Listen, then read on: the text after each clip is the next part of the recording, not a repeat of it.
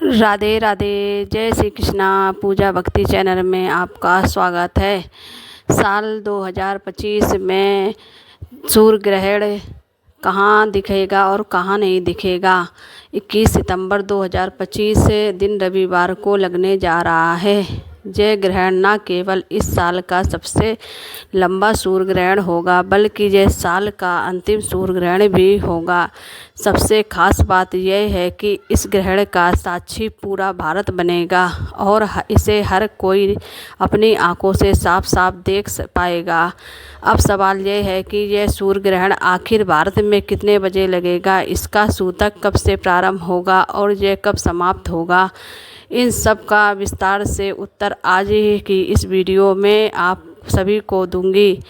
साथ ही हम यह भी जानेंगे कि ग्रहण के दौरान हमें किन किन बातों का पालन करना चाहिए और किन कार्यों से हमें दूर रहना चाहिए, क्योंकि इस बार का सूर्य ग्रहण पितृ अमावस्या की तिथि को लगने जा रहा है और इसके सिर्फ 15 दिन पहले ही चंद्र ग्रहण पड़ा था, यानी कि 7 सितंबर 2025 को चंद्र ग्रहण हुआ था और ठीक 15 दिन के अंतराल में सूर्य ग्रहण आ रहा है।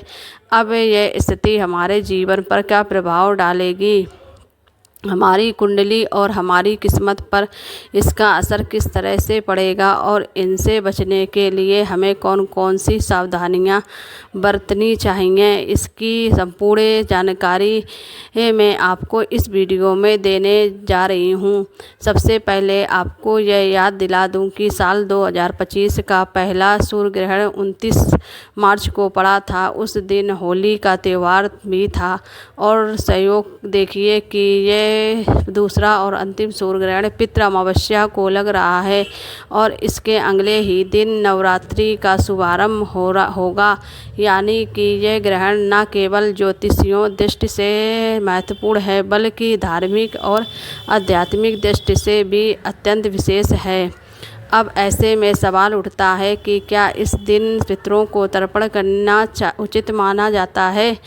ग्रहण के प्रभाव से बचने के लिए हमें कौन से उपाय करने चाहिए और खासकर गर्भवती महिलाओं के लिए इस समय कौन सी बातें आवश्यक हो जाती हैं, इस पर भी हम विस्तार से चर्चा करेंगे। जैसा कि आप सभी जानते हैं, 15 दिन के अंतराल में जब 2 बड़े ग्रहण पड़ते हैं तो उनका प्रभाव समान से अधिक ज़्यादा गहरा होता है। ग्रहण केवल आकस्मिक घटना नहीं बल्कि यह हमारे शरीर, मन और आत्मा पर भी असर डालता है। यही कारण है कि ज्योतिष शास्त्र में इसे अशुभ माना गया है, घटना मानी जाती है। ये ग्रहण भी पीड़ित होते हैं, जो उनकी शक्ति क्षीण हो जाती है। उस समय वे शुभ फल देने की बजाय अशुभ फल देने लगते हैं। इसलिए शास्त्रों में साफ साफ कहा गया है कि ग्रहण के समय किसी भी प्रकार के शुभ कार्य जैसे विवाह, गृह प्रवेश,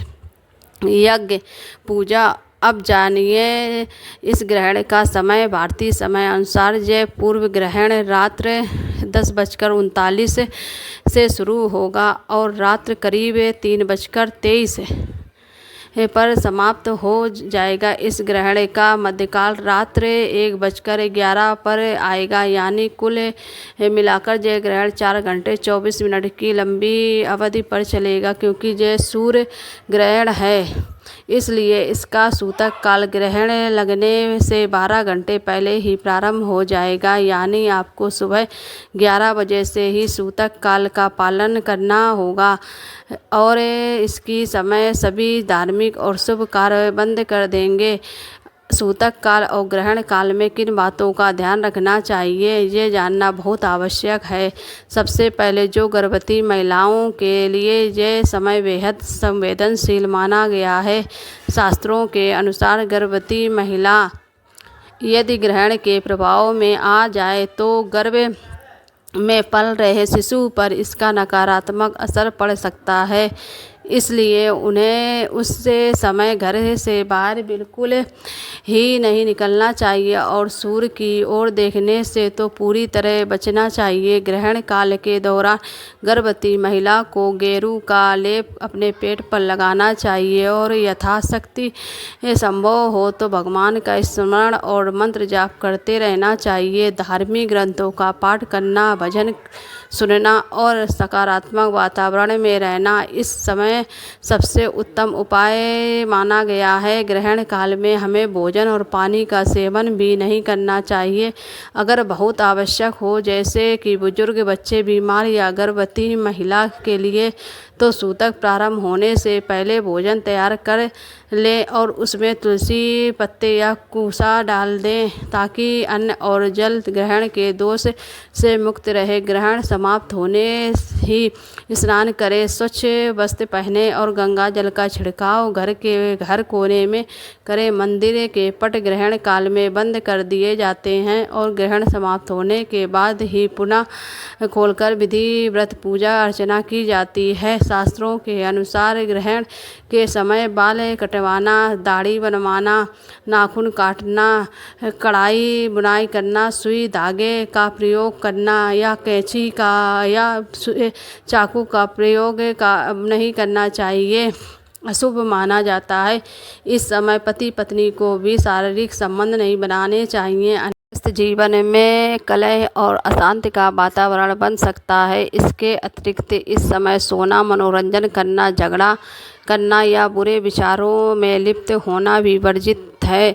ग्रहण के बाद दान करने का विशेष महत्व बताया गया है। कहा जाता है कि ग्रहण के बाद किया गया दान कई गुना फल देता है, इसलिए आपको गरीबों और ज़रूरतमंदों को अन्न, वस्त्र और धन का दान अवश्य करना चाहिए। ग्रहण के समय भगवान का नाम लेना और सूर्य मंत्र का जाप करना बहुत शुभ होता है। आप कहीं भी हो, भक्त भास्कराय नमः का जाप जरूर करें। सूर्य का सूर्य नमः या भास्कराय नमः का जाप करें।